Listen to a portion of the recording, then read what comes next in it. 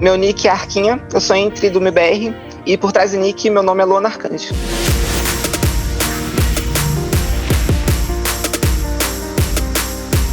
Comecei a jogar CS 1.6 mais ou menos em 2008, mas bem casual mesmo, tudo no modo super hero, zombie, essas coisas assim. Em 2016, que lançou o CSGO, eu comprei, depois de uns 6 meses de lançamento, assim, e comecei a jogar casualmente. Aí mais ou menos em 2019 foi quando uma amiga minha me chamou pra completar um time dela. A partir desse momento foi quando eu comecei a me interessar muito pelo assunto e eu percebi que as meninas jogavam e tudo, e poderia ser algo legal e grande, e eu conseguiria fazer isso, eu tinha potencial para fazer isso. Foi quando eu comecei a realmente competir.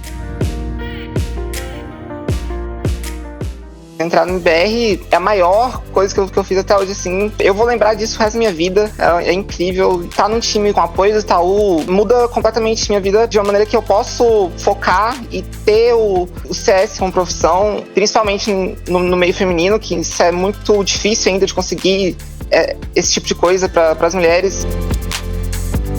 Eu acho importante marcas assim como o Itaú tá lá para trazer as meninas pro competitivo e deixar as que estão no competitivo seguras e terem uma oportunidade de carreira, assim, e poder seguir com o sonho, tendo todo esse apoio. Isso é muito importante pro cenário crescer, pro cenário ser valorizado, para todo mundo olhar pro cenário como uma coisa real e profissional e séria, da maneira que é para ser.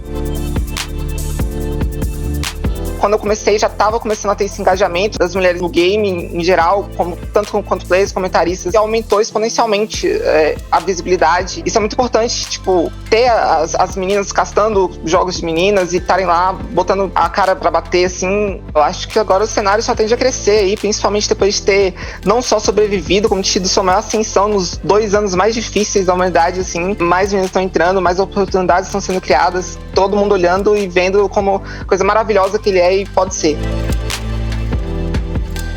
Já recebi alguns DMs no Twitter, algumas coisas assim, de gente falando que eu sou uma inspiração, que acho muito legal. E eu vejo isso como uma coisa incrível, tipo, poder estar aqui, ser uma inspiração e poder fazer parte disso e ser um pilar. Eu sou resiliente, eu não desisto de nada. E se eu boto minha cabeça pra fazer alguma coisa, eu vou lá e não meço esforço pra fazer isso até o final.